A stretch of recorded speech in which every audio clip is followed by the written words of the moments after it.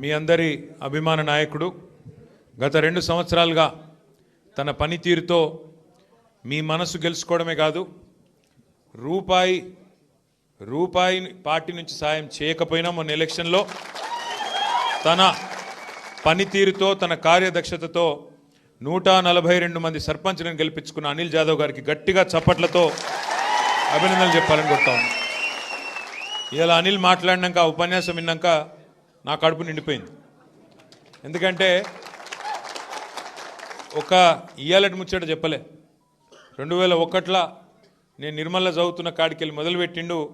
ఎట్లా కేసీఆర్ సార్ను చూసి మొదలు తెలంగాణ ఉద్యమంలోకి వచ్చిన ఆ తర్వాత కార్ ర్యాలీలో ఎట్లా ఆదిలాబాద్కి వెళ్ళి నేరేడుగొండకి వెళ్ళి ఢిల్లీ దాకా కార్ ర్యాలీలో పోయినా ఎట్లా మళ్ళీ తర్వాత సార్ నాయకత్వంలోనే ఎమ్మెల్యే అయినా మరి ఎమ్మెల్యే అయినాక కూడా ఈ 2 ఏళ్ళు ప్రతిపక్షంలో ఉన్నా.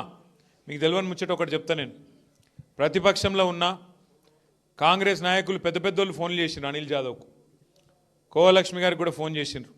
ఆ 10 మంది పోయినారు కదా ఎమ్మెల్యేలు, మనోళ్ళం కూడా అట్లనే కొనుక్కుందాం అనుకున్నారు. కుల్లా చెప్తున్నాను, ఇలా సిగ్గుపడేది ఏం లేదు. కానీ మీ నాయకుడు క్యారెక్టర్ ఉన్న నాయకుడు కాబట్టే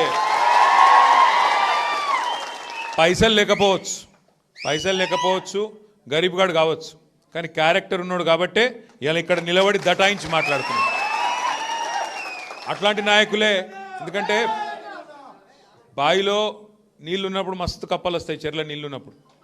కానీ బావి ఎండినప్పుడు కష్టమైనప్పుడు అప్పుడే మనిషి క్యారెక్టర్ తెలుస్తుంది. ఇలా అంత క్యారెక్టర్ ఉన్న నాయకుడు అనిల్ జాదవ్ గారని నేను మీకు విజ్ఞప్తి చేస్తా ఉన్నా. పెద్దలు